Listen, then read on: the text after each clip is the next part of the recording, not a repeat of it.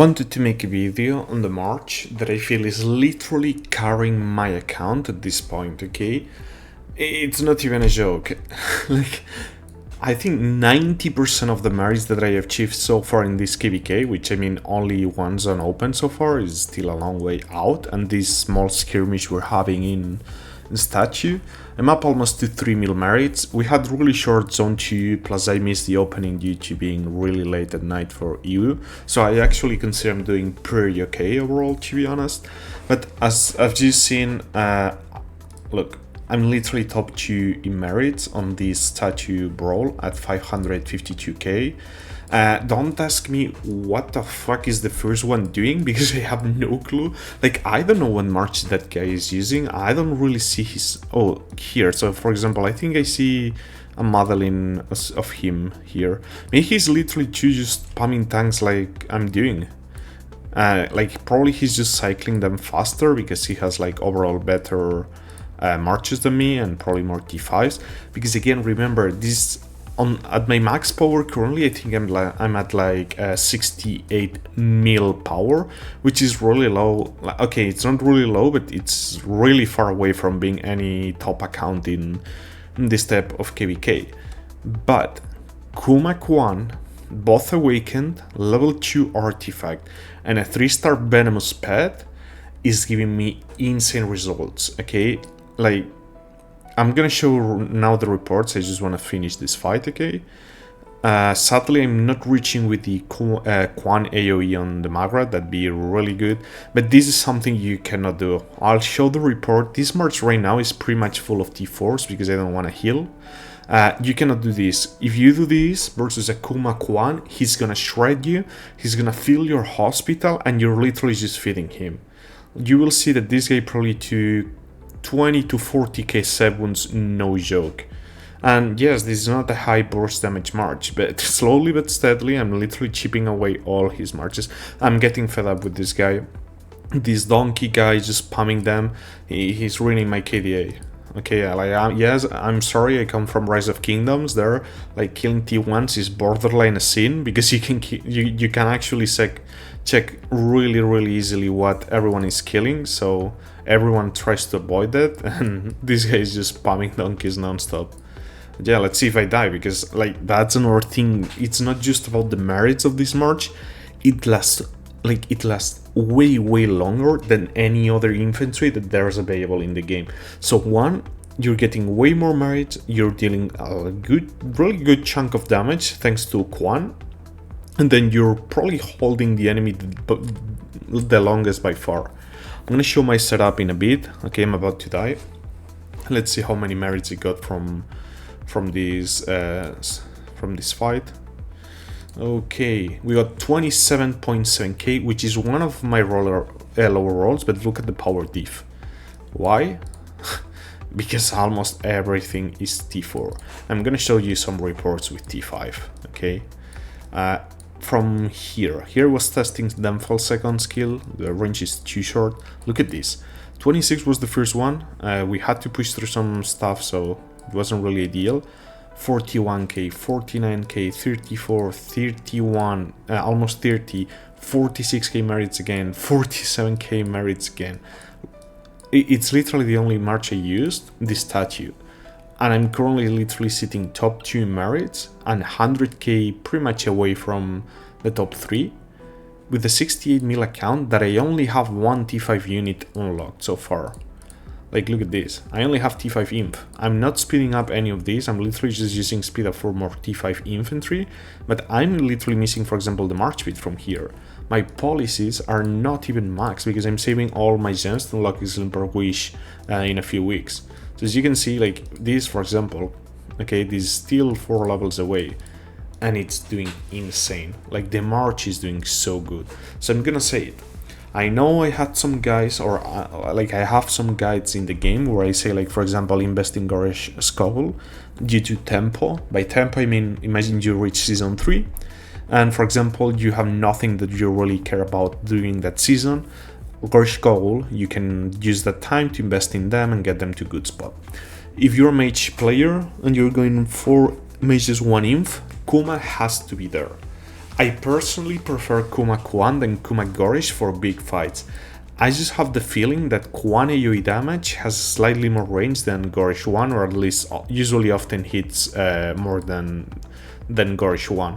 And it's giving me, like, the difference is not huge, okay? Like, we're talking maybe 5k merits up or 5k merits down, okay? But I have both. I'm an infantry main on this account, okay? Like, my plan is going 5 infantry marches in the future with new infantry releases. But if you're only going with one, you can choose. It's either Kuma Gorish or Kuma Kwan.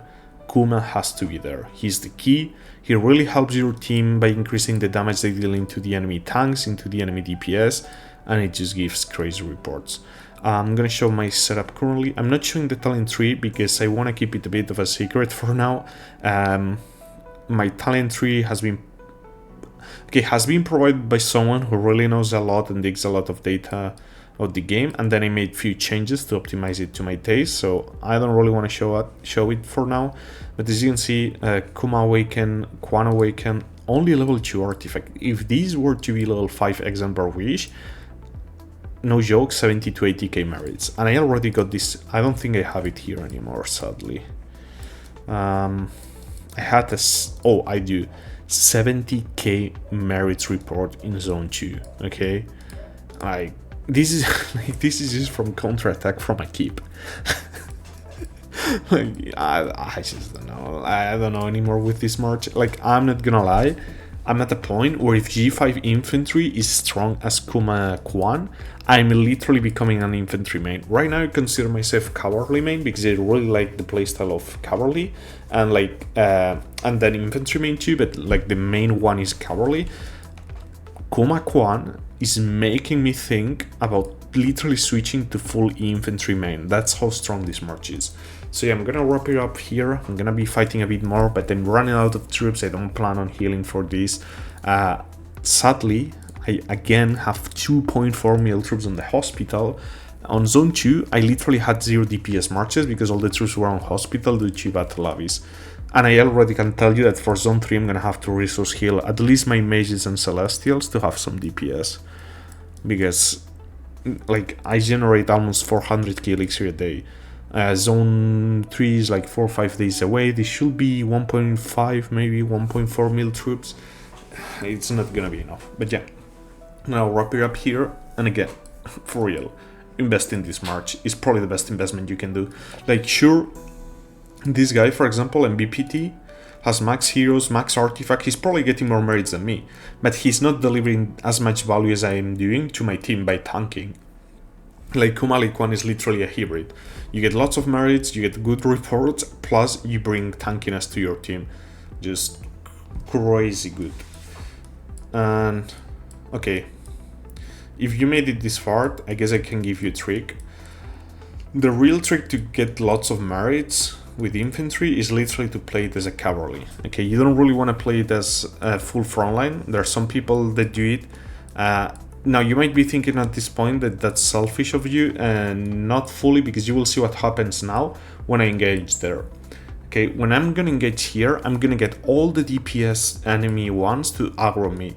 So at the end, I'm pretty much doing the same job as if I was tanking. Look, my front line is free because everyone is hitting me back here.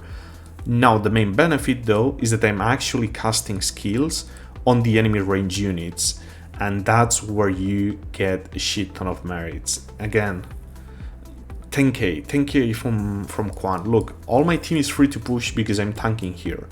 They are literally just free to push because I'm doing this. So, yes, I'm not frontline tanking. You should always have some frontline tanks, obviously, because otherwise the enemy tanks are the ones that are gonna eat your DPS marches.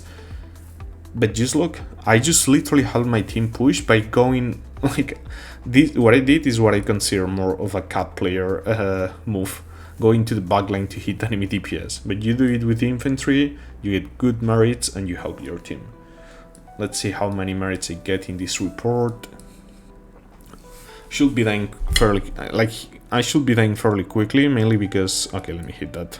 And I got hit by the fucking Deathless Mines. I should be getting good, not good merits.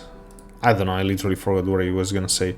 I'm not gonna get like 60k merits if I were with a full T5 March I would, because I will have way more damage. There's probably an 25 to 30k air report, at least I predict.